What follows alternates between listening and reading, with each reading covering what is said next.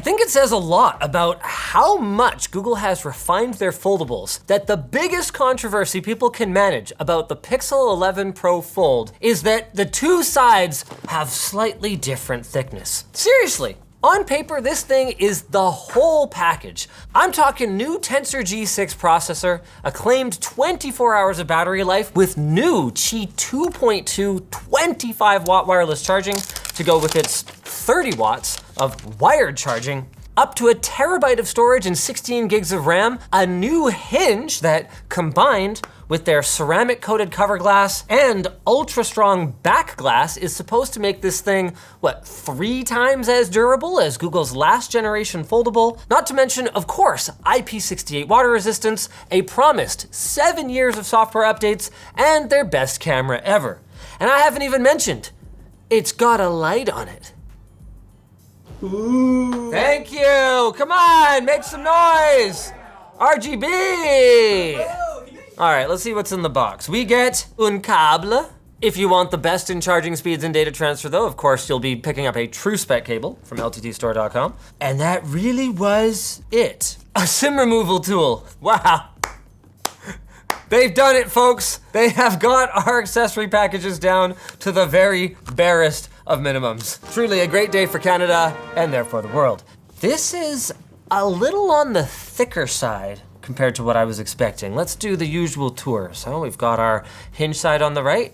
Ooh, a shiny. On the bottom, our USB 3 port, 3.2 to be precise, so it is a high-speed port. We've also got our SIM tray right here. That's a spot I'm not accustomed to seeing that, but I'll allow it. Speaker grill, a couple noise-canceling microphones, our volume rocker, as well as our lock button, and then up on the top, another speaker grill, and what appear to be a couple more noise-canceling microphone ports. At the back, we have a triple camera array, very similar in specs to last generation with a 48 megapixel main shooter, and then an ultra-wide and a telephoto that are both in the 10 and change megapixels range, with the telephoto doing up to 5 times optical zoom, with all of these optically stabilized and electronically stabilized. Of course, next to those, we have the highlight of the show, not because I'm particularly excited about it, but because that's the actual name, the highlight, which can flash a particular color if you're getting a call either through their, what do they call the Google Phone app? Google Phone?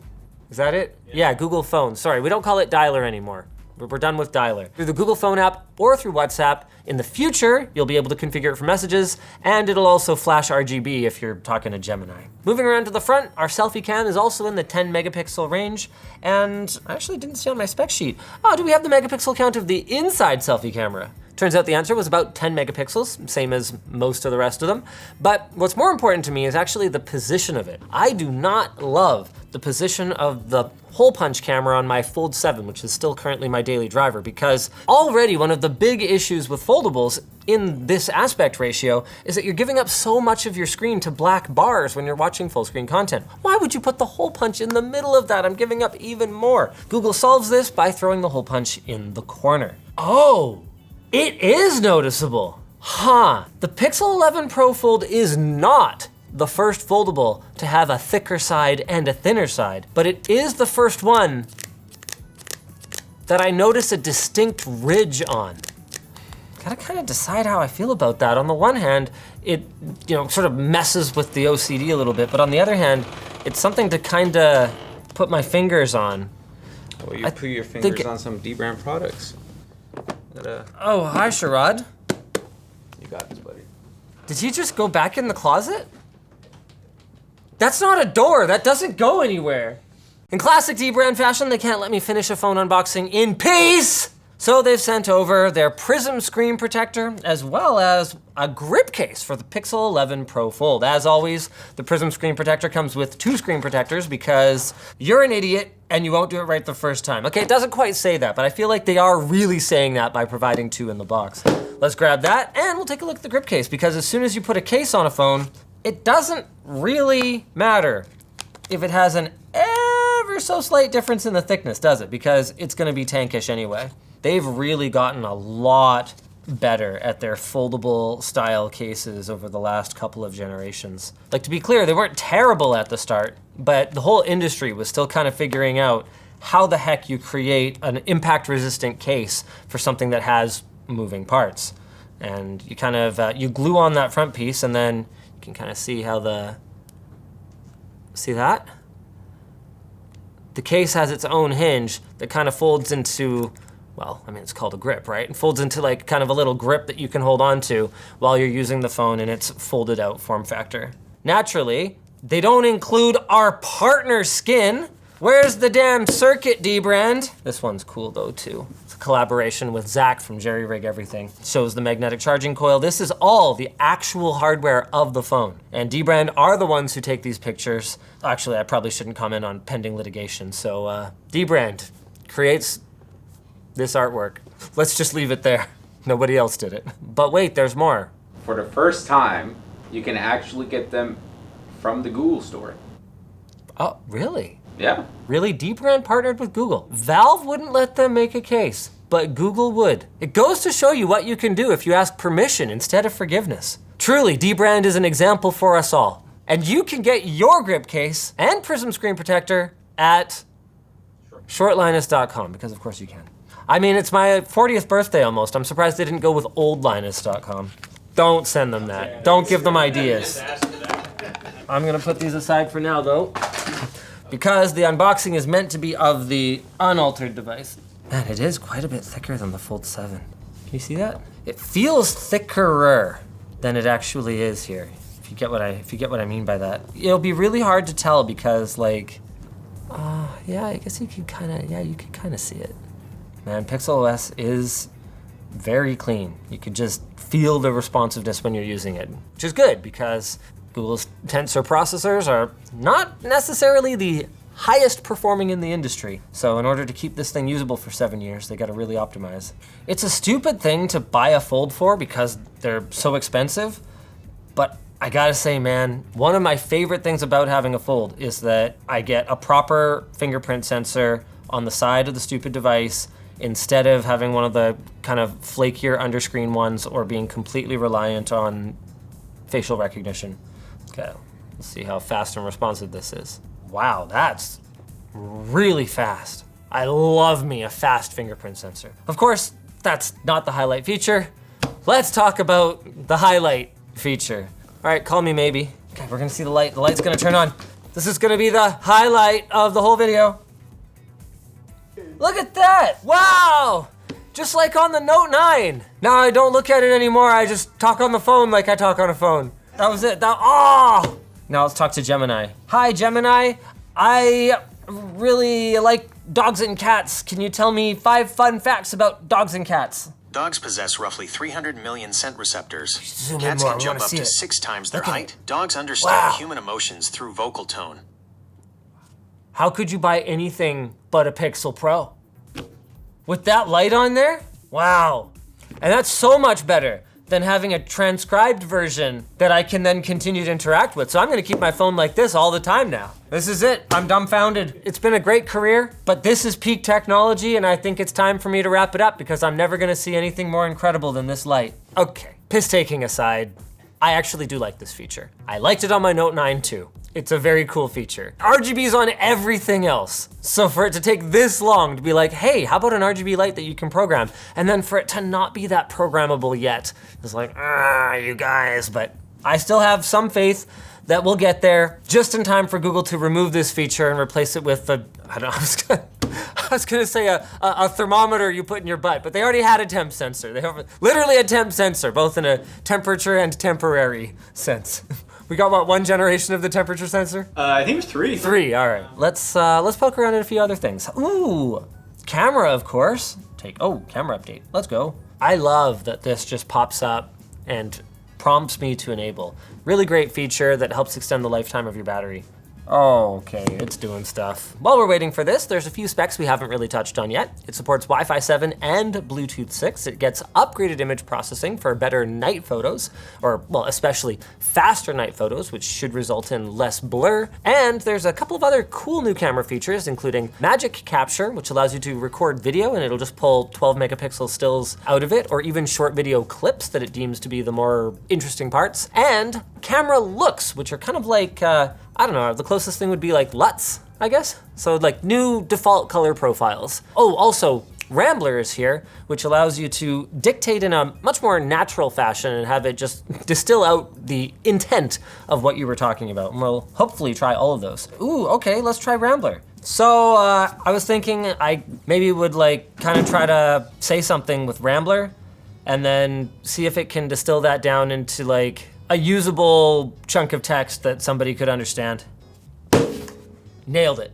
Actually flippin' nailed it. That is one of the most, it actually does the thing that they said it would do, demos that I have ever experienced with an AI product. Now, I do kind of wish that I could see in real time, kind of like contextual typing autocorrect, you know, what it was changing so that I could pivot and kind of correct it if it gets something wrong. But I think the kind of the point of it is that it's taking the whole thought and summarizing based on that. So you just put it down. Ha, that's pretty cool. All right, let's go back to the camera that we had left off on. One of these days, someone will make a phone camera with built-in little like Crease windshield wipers. And that'll be a really compelling feature. Oh, what am I doing? Looking at my picture on a tiny screen like a caveman. I have a foldable. The Crease, not commented on that yet, does not feel current generation. Feels a little bit last gen. Just looked at the Fold 8 and it's a little less creasy. Hinge feels good though. Hinge feels really good. Ever so marginally larger in landscape, but it's basically square. Not the best looking camera that we've seen yet, but we weren't really expecting that. If you want the best camera from Google's Pixel 11 lineup, it'll be the Pixel 11 Pro or the 11 Pro XL. And can your Pro XL do this? Give you a giant viewfinder like that? I think not! Wow, that stabilization is pretty nice though. Sorry, I wish I was showing you guys this. Okay, here. Not the best I've seen, but not bad. And the shot clarity is quite nice even at that distance. And the ultra wide is nothing special. You can really see the color saturation kind of goes away.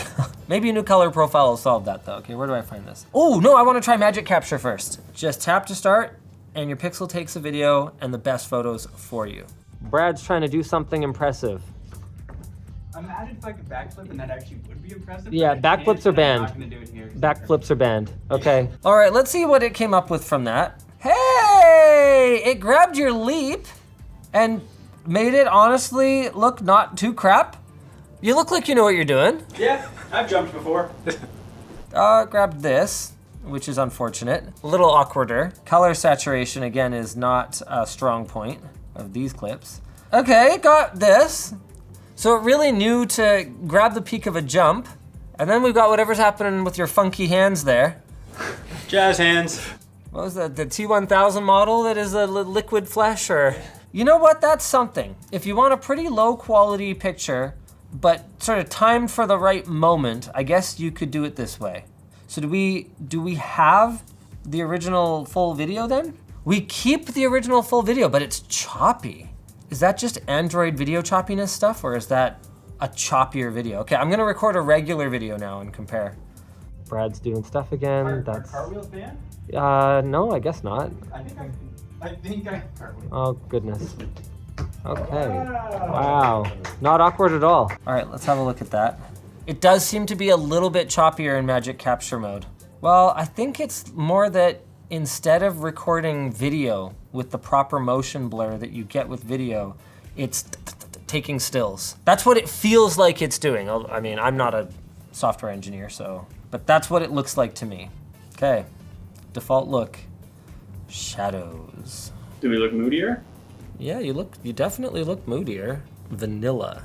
Vanilla? That's us. I think I was gonna say any picture of you two is pretty vanilla. Okay. Well, that's something you can do. They have a very featured camera app these days. There's a lot in here. It's not immediately obvious where it is, but they've even got a creator mode now that will let you put like a teleprompter up on your screen while you're recording from the camera, which is kind of cool, I guess. Creator, there it is. Okay, we found it. Save to a project. Okay, actually very cool. Like being able to automatically organize my files. Like, man, every time I shoot on iPhone, I'm just like, ugh, when I have to go get it. especially when I'm copying things off with a cable and I have to navigate their horrendous folder structure. That sounds amazing. Hey, teleprompter. So I could paste something in here, okay, got it. But it's on there. JDJ, DH, HD, whatever, and it's actually really close to where my camera is. So I could probably get away with, if I hold the camera far enough away, just reading off of that and not having it be that obvious that I'm not looking at it. That is pretty cool. Let's move on from the camera though. Let's try out the speakers. Oh, no, let's look at the screen. I haven't even talked about it yet. Both screens, both the inside and outside one, are able to do 2000 nit HDR and up to 3600 nits, at least according to Google, although we never managed to get the exact results that are advertised by device manufacturers. Yep, that's a gorgeous HDR screen, all right. Good job, Google. Which, to be clear, I'm not like trying to be blasé or dismissive of it. I'm just saying it's good. You won't be disappointed. You will watch content on this and you'll be like, wow, that looks really nice. Oh, well, unless it sounds bad. How do I feel about this volume rocker position? I like the lock is super easy to reach, but up is already a bit of a stretch for me, and down is like especially kind of uncomfortable. I don't actually have that great of a grip on it. I prefer anything though to having them opposing, because then I can end up accidentally mashing one side when I mean to press the other side. I think it's the kind of thing that I could get used to pretty quickly, like maybe I could get used to pressing it like that. Either way, let's see how it sounds. Good soundstage. Oh, interesting. I'm holding it wrong. You can tell these corners are quite sharp. These ones are rounded. This is the way. And the speakers are also positioned so you don't muffle it when you hold it the right way. Tray's interesting. They really struggle to get loud, but they avoid the trap of getting loud at the cost of really horrible distortion. I'd say they are okay. Last thing to try is sign language. So I just fire up Gboard and then I can sign at it. So I'm gonna throw this thing on a little MagSafe mount. Oh, that's unfortunate. Well, I guess we'll not do that while it's unfolded. Okay, I'm trying to think of something to say. I don't know why it's so tiny, but it nailed it. I've never seen something like this before. Pretty cool. Yeah, it is. I love accessibility features. So it even manages to pick up that I'm asking a question, and it throws a question mark on there. That's really cool. I mean, considering that the past of hard of hearing communications over the phone was a device called a TTY that was pretty much like a crappy keyboard with like a horrible 7-segment like type screen that goes across it so you could type at each other. I mean, obviously you could also just like video call, but being able to like quickly put thoughts down into text like this from signing? Whoa, one too many cartwheels? I can't really do those anymore. The phone is $1,900. We forgot to say the price. Sorry about that. See you guys next time. Yeah, I've never seen anything quite like it. That's really cool. And you know what else is really cool? Subscribing to ShortCircuit. All the kids are doing it. Bye.